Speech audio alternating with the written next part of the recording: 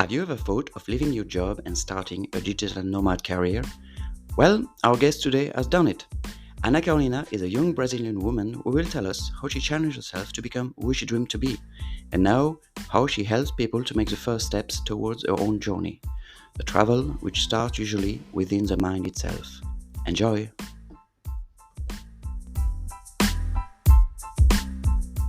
Hello and welcome. Today we are speaking with Ana Carolina. Ana Carolina is Brazilian and she lives now in Spain after a few years in Ireland. Welcome, Ana Carolina. And hi, thanks for inviting me. It's a pleasure to be here today. My pleasure. Can you tell us a bit about your journey? Well, it's been quite of a journey. I've been living in Spain since last May. Before that, I lived in Ireland for 6 years. And it's been nearly 7 years I'm living abroad. Everything started when I was working in banking a long time ago. I worked in banking for 10 years and I was not really happy about it. I didn't have much the habit of traveling, but out of the blue, I just got sick of everything. I decided to go for a change. And now I'm a digital nomad. I work from home. If I want, I can move to another country or take a few days working from a different place. So that's a new version of me, totally free. Are you the first in your family to travel so much, or at least to be so far away from home? I'm definitely the black sheep here because no one in my family has the habit of traveling. They're always in my hometown, always at home doing the very same things. And I lived that way for 28 years of my life, and that's definitely not me. So I can't see myself doing that again. I'm a citizen of the world now. What was your first contact with Europe? Where did you end up the first time you crossed the Atlantic? That was in 2015. I went to London because at the same time I was working as a bank teller. I was always teaching English in the School of English in the evenings, and I also had this coordinating position in that School of English, and we had this group of teachers and students who wanted to go for the special training in London. So I embarked on this trip with them, and everything changed since then. That was in 2015. I spent a month in London, and it was amazing to see how everything was so much different from my hometown, and the different people and cultures and all those historical monuments and all that story that I used to only to see in books and movies, and everything was just like in front of me. So that amazed me so much that made me think like I don't want to live in my hometown ever again. So then that's what made me change my mind about the way I was living. What was so different with your hometown? By the way, what is your hometown? Oh, my hometown is in the very countryside of Brazil, in the north of the city of São Paulo. So it's just very, very in the middle of nowhere in the north, where it's pretty hot and 7 hours away from the ocean, and I can't see myself living that far from the ocean. So yeah, that's quite different. And people are like very simple, traditional, just sticking to the same rules, very connected to Catholic or Christian church. Yeah, that's pretty different from arriving in London and see so many cultures, people from everywhere in the world, so many stories. Yeah, that's quite different. So for you, at the beginning, Europe was London, but was there a cultural shock as soon as you went out of London? I'd say that when I went back home after the trip to London or to other places? Two other places. I mean, maybe London gave you an idea of Europe, which you discovered was a bit biased. Yeah, exactly. That's what I would call like I created an European stereotype in the first moment. After that trip, I decided to move abroad. So I sold everything I had and quit my job and decided to come. I couldn't move to London, so I moved to Dublin at the time because I needed a student visa to study, finish my English studies. Although I was a teacher already, I didn't have like the Cambridge certificate courses, things like that. So that's what I aimed for at the time. And London wouldn't be that different. Of course, that is a lot smaller. It's not exactly like London, but it's a multicultural city with lots of nationalities and the same type of vibe. So it didn't change much my idea about this European stereotype. But when I went to visit other cities like Amsterdam and Berlin, and I could start to see a few differences in the culture, but I can't say that anything would be so different compared to when I spent 3 months in Sicily. So and that was like somehow going back to my hometown. So I went back to an old traditional place with how can I say, a one-minded culture, if I can say that. And that made me realize that you have a way of being in big cities, but when it comes to going to a small town, it's always the same thing. Yeah, Sicily can be quite challenging. Yeah, I know it myself, having passed 2 weeks last year hiking in Sicily. I would say that I really like that in many ways. Like the food is great, and the historical side of Sicily is amazing in many different ways, especially when talking about the Greek influence it has on the west part of the island is amazing. Yeah, it's just a matter of dealing with all the infrastructure and some particular situation there. But in general, it's a great place to visit. Yeah. You were there just for tourism, or did you have other plans in mind, maybe to stay there?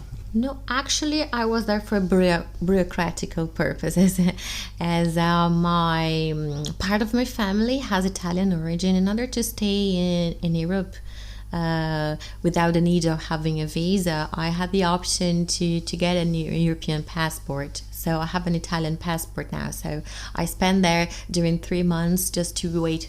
To go through all the process and get the passport. That's what happened there, yeah. So your ancestors were from Sicily? Not exactly. They're actually from the north, Veneto area. But I hired an agent at the time to help me with the process, and she's from Sicily. And it was also a lot cheaper staying in Sicily rather than in the north of Italy. So, yeah, that's the reason I decided to stay in the south. Yeah, cost of living. All right, so in Ireland, you were a bank teller, right? Yes. I was professionally relocated to work in an Irish bank, and I had the pleasure to work for this bank for 4 years in Ireland. It was a great experience. It grew me a lot as a person. And and then after this period, I decided to go for another change. So yeah, now you change towards a life coach and energy healing therapist. Yes, exactly. During the pandemic, I was already thinking of going for different options, career options, as I realized that banking career was no longer for me, and I just felt myself living in the same place, doing the very thing every single day, and that made me feel stuck in the same place. And I have this huge feeling of freedom inside me, so I decided to check for options, and then the universe just put signs on my way, just showing that coaching would be a great option for me. And I started working as a career coach, and then I end up redirecting towards a more spiritual line, and now I'm an energy healer therapist / personal coach. And what signs were there to tell you to come to Alicante, to Spain? That's a good question, actually, because after 6 years in Ireland, I really miss the sunshine. And as originally from Brazil, from a very, very warm area, I just felt like I needed to have more sunshine. And when you work independently as a self employed, it is good to reduce the cost of living in the first year so then you can invest more in your business. And living in Ireland, unfortunately, is very expensive. So I just decided to move to somewhere where I have more sunshine and less cost of living. And considering that I love Spain very much, the food is amazing here. People are so warm and welcoming in general. So that's why I decided to come to Spain. I see.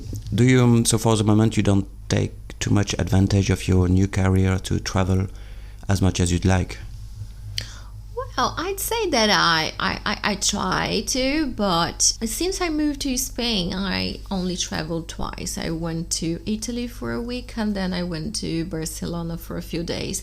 And I decided not to work those days because it was like a holiday trip. So, but if I intend to visit my family in Brazil, for example, I can take advantage on that and bring my laptop with me and meet my clients online. It wouldn't prevent me from working. Yeah. So it's just the 2 times I traveled last we were just for fun and relaxation. So no work whatsoever. But I definitely can take advantage on that. Yeah. Yeah, as a digital nomad, I guess it's difficult sometimes to put yourself boundaries. What is your work day? What is your holiday? And not to open your emails. Exactly. So when you're working from home, anytime you want to work, you just open your laptop.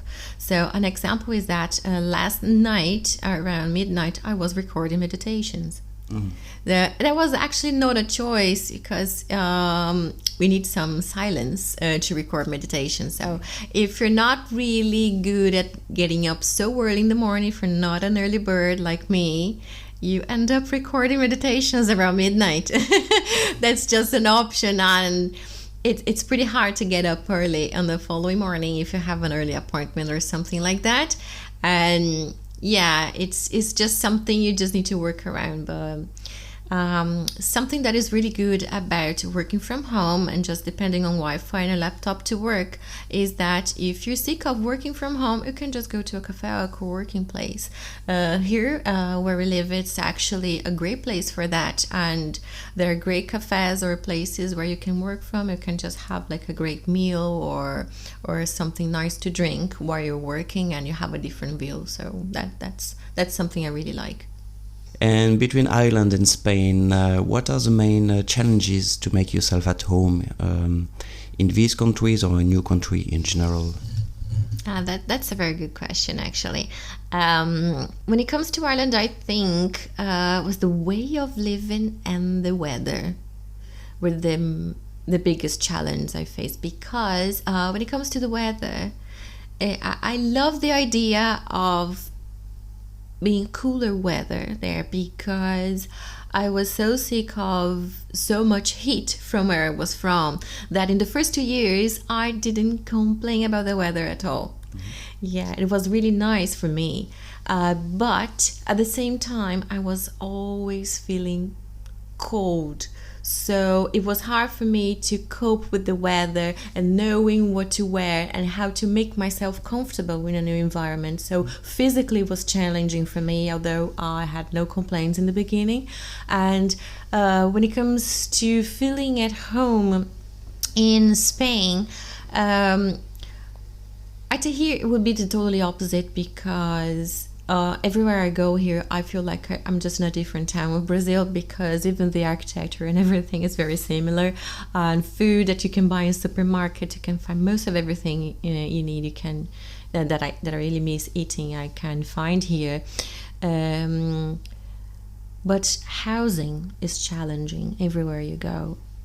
I would say in Ireland because of the cost of rent, and in Spain the bureaucracy to rent a place. I'd say that's the most challenging because when you're self-employed or you don't have like a job contract from a company, they require so many things, or even that you have to pay like for many months in advance to move into a place, and that requires lots of planning. So if anyone that's listening to this right now and intend to live in Spain, I would say just plan yourself in advance because it could be more expensive than you think when it comes to housing.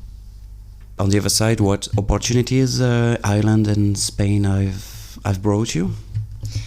Yeah, in Ireland too, actually it brought me lots of personal growth because when you move to a different country and you go for job interviews in English, and then you get the same job that you had in another country to do it in a different language with people in a different culture, it's an amazing opportunity, and that made me feel really good about myself. So I had lots of self-esteem issues when I arrived in Ireland, and I'd say that this career progression just showed me that I could do a lot more than I thought. And in Spain, I would say that after all of this focus on career, it brought me this need of a break. So it's a different energy here in Spain. Things just go on a different pace, and that allowed me to look more at myself and to understand better who I really am and what I really want to do with my life, what I really want to work with, what really makes me happy. So, and that syncs with the idea of now working as an energy healing therapist. So, since you mentioned it, you're a life coach, you're an energy healing therapist. Okay, maybe I confused both of them, but can you describe what is an energy healing therapist first? Yeah, so energy healing therapy, I would say that it involves different types of therapy where we use the energy as a healing instrument. This universal energy comes through Reiki or different types of techniques. Okay, I could elicit many of them here, but the most famous one so people can understand is Reiki.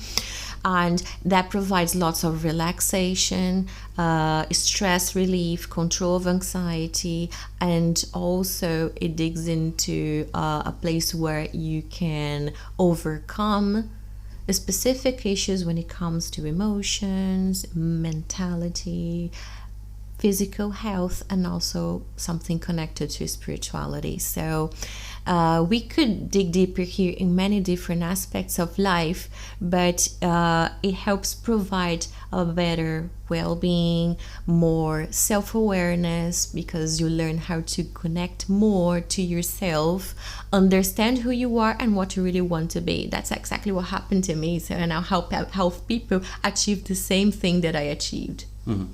Yeah, and the coaching, on the other hand, is more focused towards present and future. So when you're talking about therapy, we're talking more about the past. We're talking about things people struggle when it comes, because there is a reason for an anxiety that is triggering there in the person. So we just need to look more into that and see about possible blocks and things that can need to be sorted. But when it comes to coaching, we're talking about the current reality the person has now and what the person needs to do to achieve a specific goal, a life goal. So it's just like moving from point A to point B. I took a look at your Instagram profile, and you mentioned in one of your posts that your goal is to unblock the emotions to access your source of courage, self-love, and determination. Would you say that traveling is a way to unblock the emotions? Oh, definitely. And I'd say that to unblock the emotions, the first thing that traveling provides is mental clarity. Because imagine a scenario where you decide to travel because you went through a huge amount of stress in your life, like you just ended a career, you need a sabbatical period, or you broke up a long-term relationship or something like that. So when you go and travel, you just clear your head about everything because you change your location. So you start to think about yourself, about your surroundings, and it brings you more, how can I say, it's more a vision from a third place. You know, when you go out of yourself and you start looking at a situation from a different place, it's just like Perspective. yeah, perspective, exactly. Yeah, and when you do that, you start to realize things that you were not able to do when you were in so much pressure in that previous place where you were before. And then when you do that, when you start to listen to yourself, okay, it's possible to understand all the emotions you were not even able to express. Because when we get out of our parents' home, or when we get out of our hometown, we sometimes we have just to build a mask around ourselves just to be accepted. And once you move to somewhere new, you realize that you don't need to block that anymore. So that's the moment where you understand who you really are, and you start to, take all that burden from your back, and it's sort of a way of to unblocking emotions and things that you were repressing within you, and that brings you some braveness to become who you are and to love yourself, to accept yourself, to respect yourself, and have that inner power to achieve anything you want. Again, from the Instagram account, I'm gonna read a few lines from one of your posts. You say, "My highest value is freedom, but I learned after living abroad for 7 years that regardless where you go and decide to live, if you don't get yourself free from bottled up emotions, they're gonna make you sabotage and run in the opposite way to everything you want to achieve in life." My question is, what are you freeing your clients from? Oh, so many things. Because something very common that comes to me is clients who suffer from procrastination, and they intend to achieve something different, or even becoming a digital nomad, or just changing their career or moving abroad, and they just keep postponing that. And that's always connected to a specific feeling that they're struggle to read, and that involves opinion around family about their decision. And sometimes they just feel afraid of not being accepted or not being understood, and then this is something that we work around, bringing more awareness. Then they acknowledge the existence of those feelings, sometimes anger, fear, guilt, and then we bring a new meaning out of this, so they can just let that feeling go. Once they let the feeling go, they understand they're not doing anything wrong, because we only responsible, okay, for our own emotions. We can't be responsible for other people's emotions, because their reaction is just talking about themselves. Of course, we have we have to deal with responsibility when it comes to hurting other people, and we're talking about empathy and compassion, of course. But I'm saying here in a way where we have to stop feeling guilty about the way we do, the way we make other people feel, because there are things that are outside of our control. And when we focus more in ourselves in a healthy way, you understand that, okay, I'm choosing something that is important for me. I know that this might hurt you somehow. I'm really sorry about this. But you're saying, being honest to the person, and the way the person can't handle well that by hearing this from you, it's their issue, it's their problem. So this is something that people struggle to understand. And when it comes to getting to know ourselves better, it takes some time for us to understand. And once we understand that, we learn how to love more ourselves and give more priority to our lives. And then we understand that there is no reason to keep procrastinating anymore. What you're describing is basically a mental prison, and this is what you write as well in one of your posts. You say the only way to get out of this mental prison, be it procrastination or other problems, is the only way to get out of this mental prison is traveling within. So this mental prison, it comes from, is it built with the past or emotions? Yes, exactly. This traveling with them is connected to self-awareness. So from the moment we start getting more connected to ourselves, we're able to listen to ourselves. So that's one of the reasons meditation is so important, because we allow ourselves to build a silent space in our head where we can clear the thoughts and start to understand what really happens in every situation we live. When we do that, we understand that certain situations makes us feel in a different way, and sometimes that feeling is not good. So when we do that, we're traveling with them because we're just going to different places that is always connected to the past. It could be connected to your childhood. Many times we have issues within us that are connected to our childhood and our relationship with our parents. There are different techniques, but through guided meditation, I bring people to a specific place where they can remind of that particular moment where it was triggered the first feeling of guilt. And then bring a new meaning out of all of the situations. Sometimes there are things that were not said at the time, and the person is not able to open up.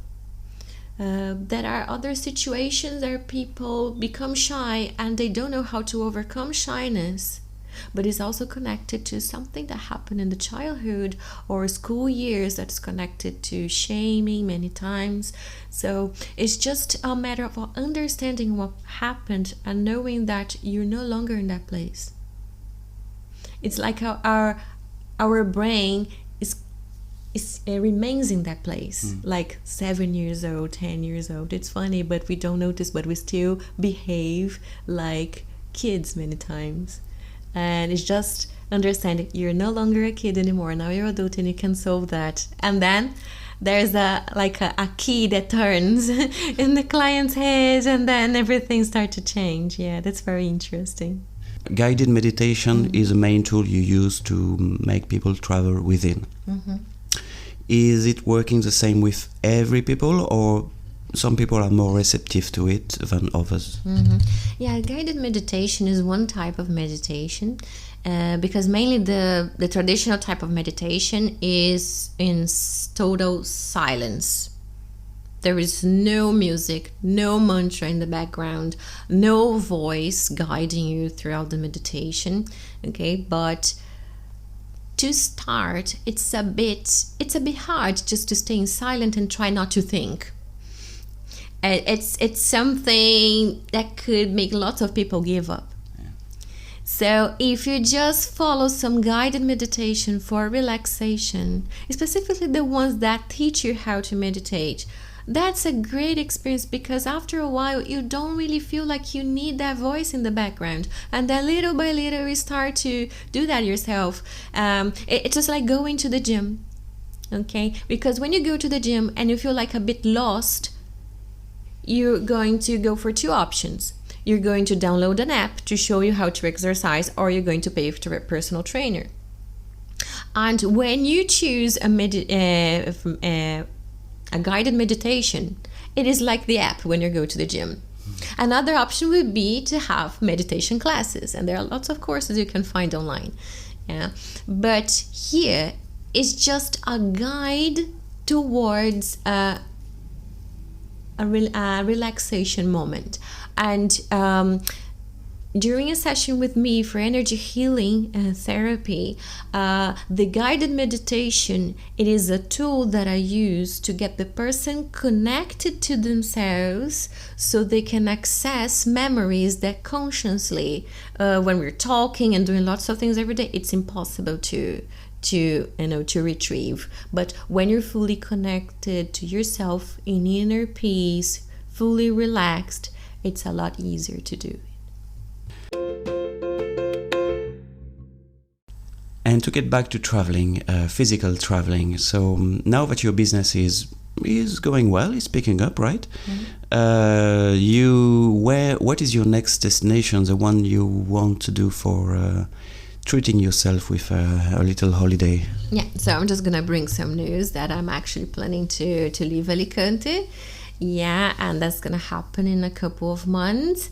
And I'm just studying some options, but I'm just seeking for options where I could get more connected to other healers and people who work on spirituality, and just to expand, basically just to expand my business. Yeah, and that's my idea. So I won't mention a name because I haven't really decided. So I'll bring the news to you as soon as I decide. Yeah. Is it Malaga? No. I visited Malaga once and I love it very much, but it's not Malaga. No, I won't go towards the south of Spain. Now, that would be too hot for me. Yeah, and without mentioning that, I would love to work from other countries. There are countries like Greece that I really have the dream to visit. I have never been to Greece, can you believe that? And I'm crazy about Greek mythology. So it would be great to have an experience there. I only have a bit of concern about Wi-Fi. If there's good Wi-Fi, I can definitely go there for a few weeks. So Greece would be your dream destination? Oh, definitely. Okay. It would be lovely to spend some sunny days working with that amazing sea view. Yeah, that would be wonderful. Thank you very much, Anna Carolina. To end up with, I'm going to ask the usual question. Do you have someone in mind who would be interested to participate to this podcast, and who would you nominate? Oh, I do have someone. Yeah, my friend Sarah. She's from Germany, and she's a scientist. She used to work in academia, but then she went for a change, and she has a really nice story to tell, and she has this lovely project who is helping other scientists to achieve like better well-being. Mm-hmm. And I've been helping her in this project, and it's been like an amazing experience. And I definitely recommend her. Great. I'll get in touch with Sarah then as soon as possible. And that's it. Thank you very much, Anna Carolina. No, thank you. It was a pleasure. It was really great hearing from you, and all the best for your business and your travels. And I hope you are going to release as well a podcast, because you have a lot of things to say and you say it very well. So I hope we'll hear about you soon. Yeah, that's something I have in mind. Let's see. At the moment, I'm focusing on recording meditations, but let's see what comes next. Yeah, I'll let you know. Looking forward. All right. Thank you very much. Hey, thank you. You can find more information about Anna Carolina in her Instagram account, which I added to the description of this episode. In the meantime, share, follow, comment, and see you with our next guest very soon.